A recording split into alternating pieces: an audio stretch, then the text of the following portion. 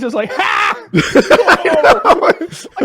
I gotta feel like that would be the best part of having like an elder with Alzheimer's, like in there every week with the same material, just like, oh, this is gonna kill. Oh, yeah, you can fire the same jokes past Woody's bow, and he'll still give you a great laugh, and it's like, hell yeah, that's nice. Bring a couple of the classics out, when you're feeling, sad about yourself. So, man, that is the best part about having nephews is just using big hit jokes, and they think you came up with them. You're like, oh man, they're gonna grow up. I was gonna say. Kyle should have done that in prison, right? Like the machine went to Russia, and he's over there like fat guy in a little coat, slaying with this material. They hadn't seen any of it because it was the Soviet Union. Kyle could have done that with Snow. I mean, I kind of did. Yeah. Okay. Good. I used my whole repertoire to try to make. I mean, friends those clips of all the Kyle gets out of prison. I think the PKA we did has like 1 million views on that one, and then there's like bunches of clips of his stories with way more than 1 million. Yeah, so people like the prison stories. Well. I like the prison stories. I mean, look, I hated doing it, but I love that I did it. Like if that makes any sense. Like, I remember telling my probation officer before I went in. He's like, "Are you worried?" And I'm like, "Fuck yeah, I'm worried." But I kind of tell stories for a living, so this will work out just nice.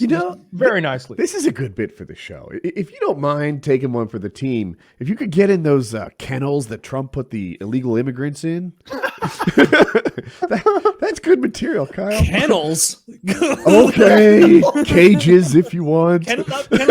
Yeah, the ones that have been in use for like decades. Yeah, they're brand new. I'm jealous of Anthony over there with that champagne. See, I'm on pro. Yeah, that's high class. Why don't you have it in a champagne glass, though?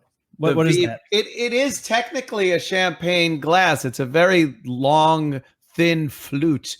I don't like the stem on there with the classic champagne. Little dainty. They fall over and shit. It's a little dainty, but a little manly. I don't know. I would be happy about that. Glass. No, he would definitely call me the F word and say I had pissy eyes. I've got what a mean-spirited thing for a father to say. Shut up, pissy eyes. Pissy Jesus. eyes. I've got 2 years of probation, so I can't drink. And I would have done another 2 months if I could have traded it for a year of probation. Yeah, that seems unfair. Wow. Like alcohol's legal. You should be able to have some beers or you don't like beer, you like vodka, but whatever you want. Tequila. Well, when you have a drug you like abuser, Dos Equis. I like Dos Equis with some lime. I like a good red wine. If it's not I had to do that rehab stint after I had my legal wranglings. They were like, it looks better if you just go to rehab. So I went down to Florida. It was recommended by the great Artie Lang, so it worked. Yeah. And so I went down there, and I couldn't drink for it was 30 days. And 30 days you're going to meetings every day and classes and the rehab and everything. And it was fine. I was okay with it. Like you said, it was a great experience.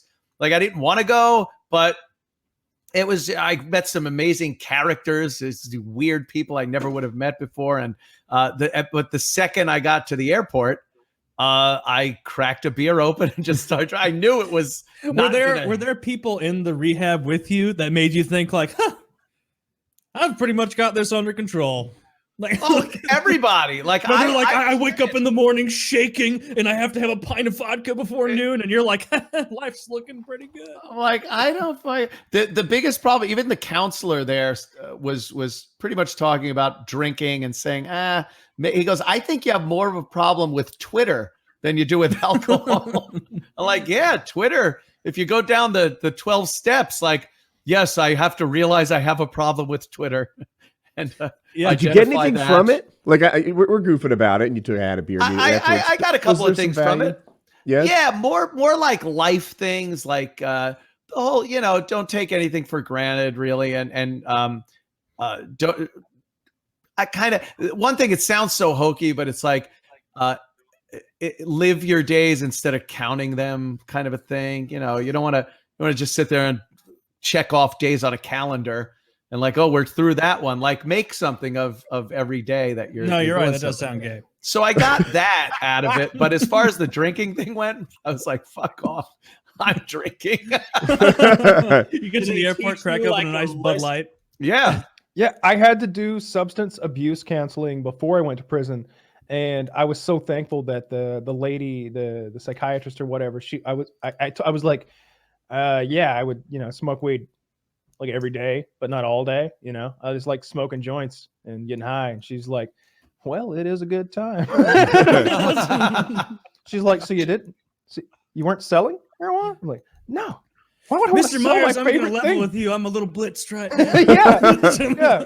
By the end of that counseling session, she was making some definite suggestions that I come hang out at her house. There was, I had the best psychiatrist ever. She was More super rape, understanding. more rape threats. Jesus.